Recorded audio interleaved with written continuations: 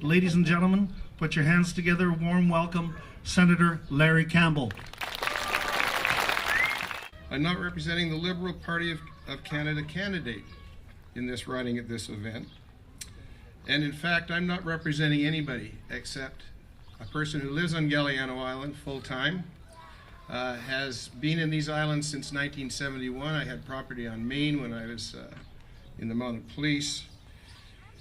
And so I think I have a fair idea of how it works and why we're here today.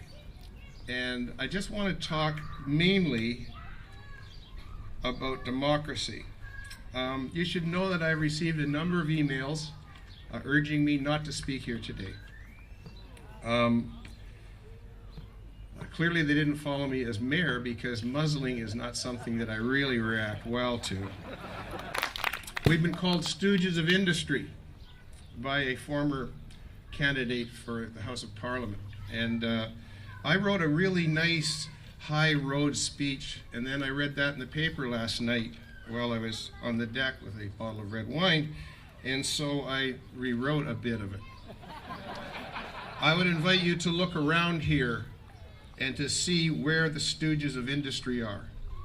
I see people who own businesses, I see people who have retired here, I see people who care deeply about these islands. And to refer to us as stooges is simply unacceptable, and the person who made that comment should be very, very ashamed. Yeah. Yeah. It demonstrates that something is going on that I've always suspected. In some minds, protesting against logging is righteous, while protesting to make democratic changes to our system is not. I have to tell you that the toughest job in politics is the municipal level. I lasted one term. I think I could have been elected a second term, but I wasn't certain that I'd live through it. So I did not run again.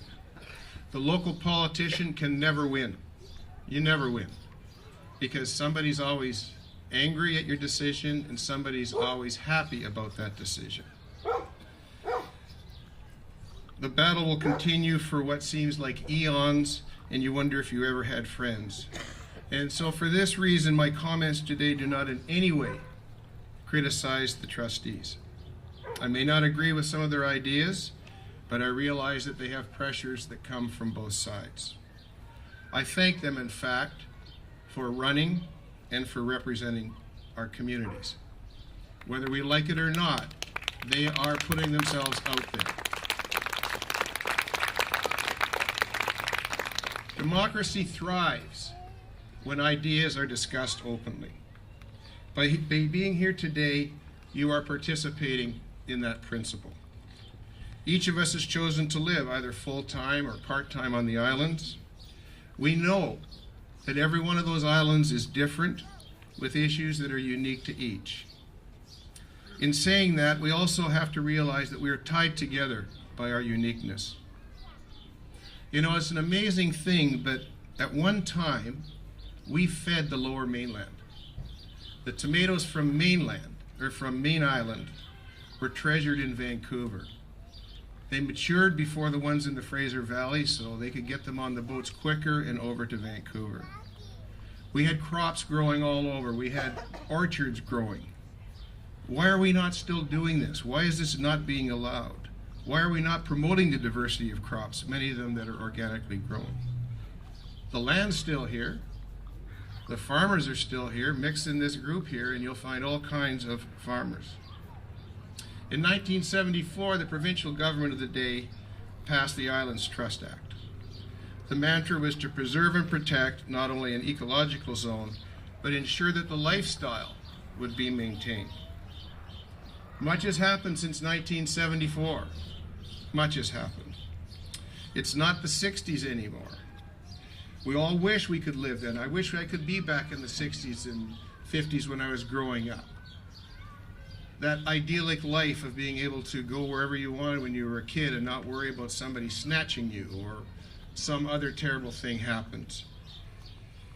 But that's changed. We are in a different world. I mean, I come from a generation where if You had a typewriter that had that little X that you could backspace on. It was like you were hot. You know, you had it made. Well, you know, my son doesn't even know what a typewriter is. That's how much we've changed. The population of the largest islands, Bowen, Gabriola, Salt Spring, more than doubled. The number of permanent residents versus non-residents, on average, stands at 66%.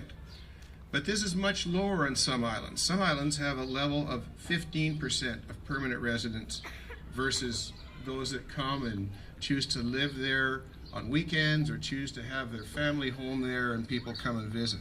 And there's friction between these groups.